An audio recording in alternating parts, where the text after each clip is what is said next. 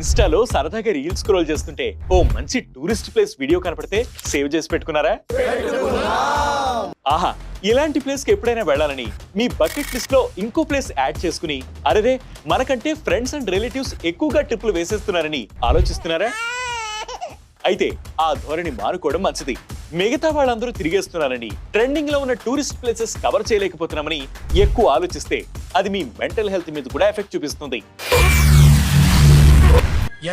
దీనినే ట్రావెల్ డిస్మార్ఫియా అంటున్నారు. ఒకప్పుడు రొటీన్ లైఫ్ నుంచి కాస్త బ్రేక్ తీసుకుని రిలాక్స్ అవ్వడానికి బ్రేక్ తీసుకునేవారు. కానీ ఇప్పుడు అది ఓ ట్రెండ్ అయిపోయింది. ఒకప్పుడు ట్రావెల్ చేయడం అనేది లగ్జరీ, కానీ ఇప్పుడు అది compulsory thanks to social media. ఏడాదిలో ఎవరెన్ని ట్రిప్లు వేస్తున్నారో, ఎక్కడెక్కడ ఎవరు ఎంత ఎక్కువ ఎక్స్ప్లోర్ చేస్తున్నారు అనేది కూడా ఓ కాంపిటీషన్ లా మారిపోయింది. దీంతో ఇప్పుడు ఉన్న ఒత్తిళ్లు చాలవన్నట్లు ఈ ట్రావెలింగ్ గురించి కూడా ప్రెషర్ ఫీల్ అవుతున్నారు చాలా మంది. మిగతా వారి కంటే తాము తక్కువ ట్రిప్స్ తిరుగుతున్నామనే ఫీలింగ్ చాలా మందిలో ఉంటోంది. ట్రావెల్ ఒకప్పుడు హాబీగా ఉండేది, ఇప్పుడు ట్రెండ్ గా మారిపోయింది.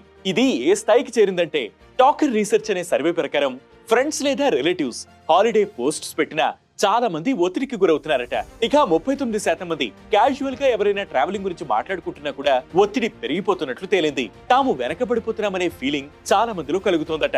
ఇందుకు కారణం ఇన్ఫ్లుయెన్సర్ కంటెంట్ అని జెన్జీకి చెందిన 47% మంది బ్లేమ్ చేస్తున్నారు. తమకు నచ్చిందో లేదో అనే దానికంటే ఇతరులకు అది నచ్చుతుందో లేదో అని ఆలోచించే ధోరణి చాలా మందిలో పెరిగిపోయిందని మానసిక ఆరోగ్య నిపుణులు చెబుతున్నారు. ఇది ఎక్కువ అవడం వల్ల ఇన్సెక్యూరిటీ ఫీలింగ్ పెరిగిపోవడం, ఒత్తిడి లోనవడం మొదలైనవి జరిగి మానసిక ఆరోగ్యం దెబ్బతింటుందని హెచ్చరిస్తున్నారు. ట్రావెలింగ్ ను ఓ స్టేటస్ సింబల్ లా చూడడం మానుకుని మీకోసం ట్రిప్పులు వేసుకోవాలని సూచిస్తున్నారు. అతిగా ట్రావెల్ చేయడం వల్ల